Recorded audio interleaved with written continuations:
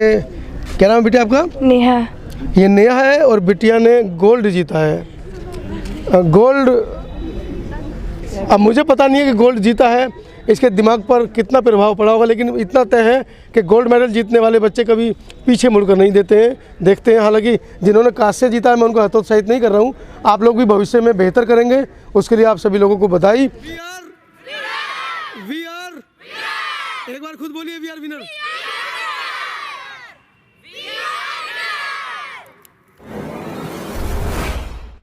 आज उत्तर प्रदेश के औरैया में ताइक्वांडो की एक प्रतियोगिता हुई है। मेरे साथ शैलेंद्र हैं और जज साहब हैं जिन्होंने इस पूरे आयोजन को किया है। बच्चों ने बड़ा एंजॉय किया है इसको।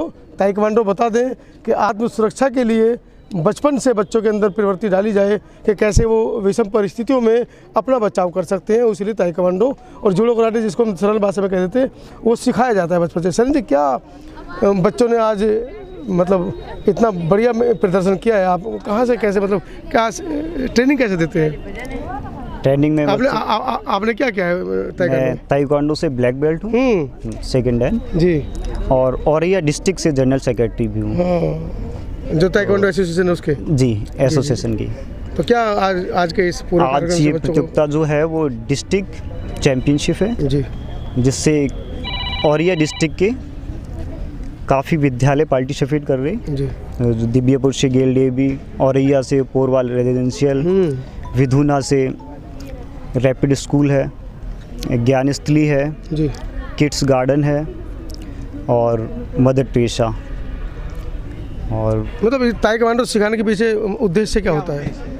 इसका उद्देश्य यही है कि बच्चे सेल्फ डिफेंस, आत्मरक्षा के लिए, और ये ओलंपिक गेम है, इसमें अपने बच्चे कैरियर भी बना सकते हैं। जी जी जी जी। और ये जैसे UP board, CBSE board, ICSE board, Navodaya Vidyalaya, केंद्रीय विद्यालय सभी में है।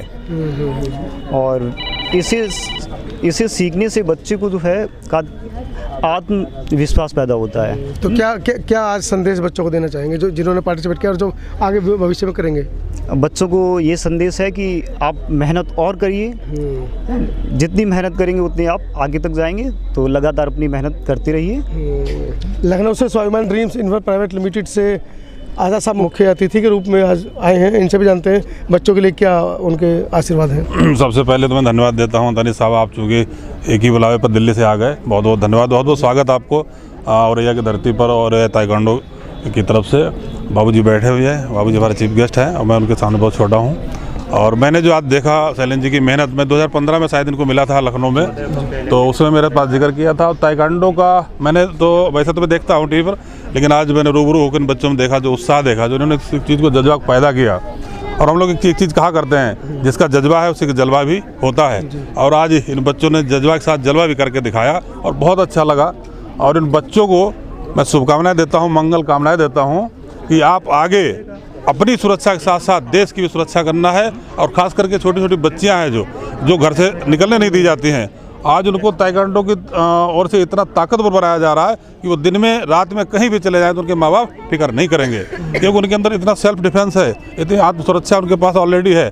वो इतना ताइक्वांडो की इतनी ताकत देता है कि वो अगर अकेली खड़ी है तो चार की सुरक्षा स्वयं कर सकती है। ये है ताइक्वांडो। ताइक्वांडो चूँकि ये भारत से ही निकला हुआ है जी, बौद्ध धर्म जी का नाम जिक्र सुना होगा, और उन्हीं का है। वो चूँकि इंडियन हुआ करते थे, लेकिन वो जाके कोरिया में, जापान में, थाईलैंड में, वहाँ के लोगों ने इस शिक्षा को पकड़ा। हम भारतीय लोगों ने अपनी शिक्षा को पहचान ही नहीं पाया था, अब वहाँ से रिटर्न में ला रहे, तमाम चीज़ें रिटर्न में ला रहे जो कि भारत से निकल गई थी।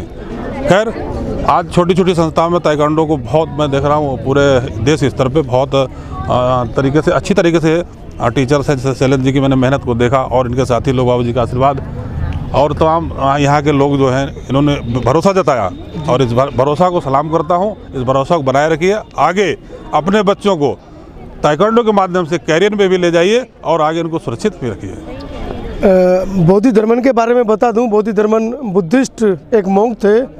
भारत के अंदर ही इस कला को वो जन जन तक पहुँचाना चाहते थे, लेकिन उस समय तत्कालीन भारतीयों ने उनकी कला को नहीं पहचाना, तो वो भारत से बाहर, हालांकि उस समय अखंड भारत हुआ करता था, लेकिन वो जापान की तरफ निकल गए और वहाँ पर उन्होंने इस कला का प्रचार प्रसार किया। अब पुनः वो कला वापस हमारे देश में आ रही है। सर जैसा आप आज मुख्य अतिथि थे, आपने तमाम बच्चों को नहीं, मैं मुख्य अतिथि नहीं, आप एक सीनियरिटी का भी भाव होता है, संरक्षक है आप, तो बच्चों ने आज अपनी कला का यहाँ पर उजागर किया है, क्या इनको आशीष देना चाहेंगे? सबसे पहले तो आप सभी का धन्यवाद मैं देता हूँ, क्योंकि आप लोग इतनी दूर से आए और इन बच्चों का हौसला बढ़ाया आकर के। इससे उनको वैसे ही प्रेरणा मिलेगी कि इतने लोग जब हमें देखने आए हैं तो मैं और अच्छा भविष्य में करूं और अपने आप सुरक्षित हूं और आत्मविश्वास पैदा करूं। इसके साथ शिक्षा का भी बहुत होना आवश्यक है, क्योंकि मैं भी इसी स्कूल से हाई स्कूल किया है। अच्छा, इसी स्कूल से हाई स्कूल किया है और उसके उपरांत मैंने भी एजुकेशन पाई और इस एजुकेशन की आधार था ये, और इस लेवल तक पहुंचा हूं। और अब मैं तो इन सभी से अनुरोध करता हूं कि सब लोग अच्छी तरह से पढ़ें और साथ साथ में ये मनुष्य के शरीर को मजबूत बनाता है और आत्मबल बढ़ाता है। इसलिए सबको मैं शुभकामनाएं देता हूं और इसी के साथ मैं बहुत आप सभी का आभारी हूँ। चलिए अब कुछ बच्चों से भी चर्चा करेंगे, छोटे छोटे बच्चे यहाँ पर हैं। क्या नाम है बेटा आपका? तालिया, मेरा नाम तालिया है। तालिया, आज थोड़ा सा आगे से, थोड़ा सा तालिया विनर हुए आज, क्यों? मेहनत कम की थी? चलिए अगली बार मेहनत कीजिएगा। अच्छा, सीख क्यों रही है इसको, ताइक्वांडो को, कुछ बताइए। सेल्फ डिफेंस के लिए। हाँ, आपको किससे खतरा हो सकता है भाई? सेल्फ डिफेंस अगर सीख रहे हैं तो किससे खतरा हो सकता है, ये पता होना चाहिए ना।